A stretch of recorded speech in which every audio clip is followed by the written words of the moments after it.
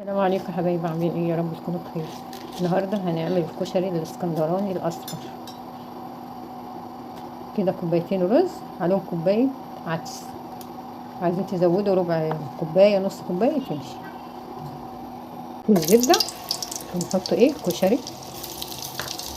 بسم الله الرحمن الرحيم. كده نفضل نقلب لحد ما نفتل الرز مع العدس، ونغلي بقى الميه. يعني لولا كوبايه عدس على كوبايتين رز يبقى كوبايتين ونص ميه، عشان العدس ما ياخدش ميه كتير.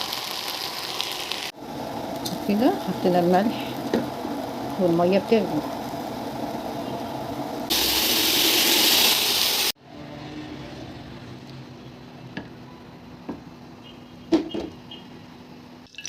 كده نحطهم على الكشري. كده نقول بسم الله الرحمن الرحيم. بصوا الجمال. كده نقول بسم الله الرحمن الرحيم. بصوا الجمال، بصوا الكشري يتعدي بالرزاية بس عشان البخار. كده بصوا الجمال، بسم الله الرحمن الرحيم. كده الكشري كده خلاص استوى. هفضيه واوريه لكم ان شاء الله. وكده التومه عشان البطاطس المهروسه، سلطه البطاطس بالثوم والخل والشطه.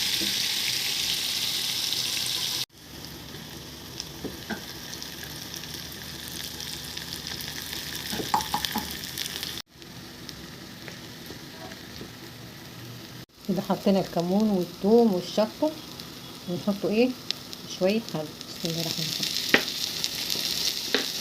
كده تمام. كده بعد ما حطينا الخل نطفي بقى عليه. اسمها سلطة البطاطس المهروسة بالثوم وبالخل والكمون. وكده بقى نحط لها زيت الزيتون. بسم الله الرحمن الرحيم. عملنا الكشري الاسكندراني. بصي يتعدي بالرزية ازاي، بصوا الجمال. وده طبق السلطة بقى كله فوايد، جرجير على بصل على طماطم على ليمون على فلفل، منتهى الحلاوة، كله فيتامينات. ونقولوا البطاطس المهروسة اللي بالثوم والكمون وزيت الزيتون اهو يا حبايبي، هيخلي طعم البطاطس جميلة جدا. وده يا حبايبي ده سمك مشوي، ده جاهز بقى مش عاملاه في البيت. بصوا الجمال، سمك صابح كان بيلعب.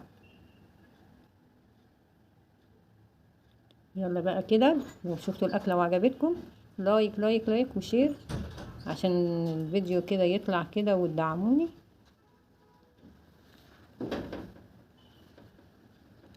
بصوا الجمال، ايه رايكم؟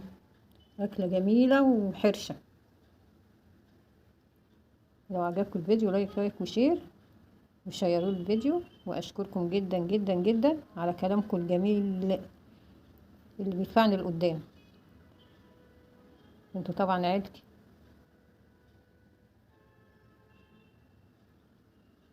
يلا اشوفكم بخير، والسلام عليكم ورحمة الله وبركاته.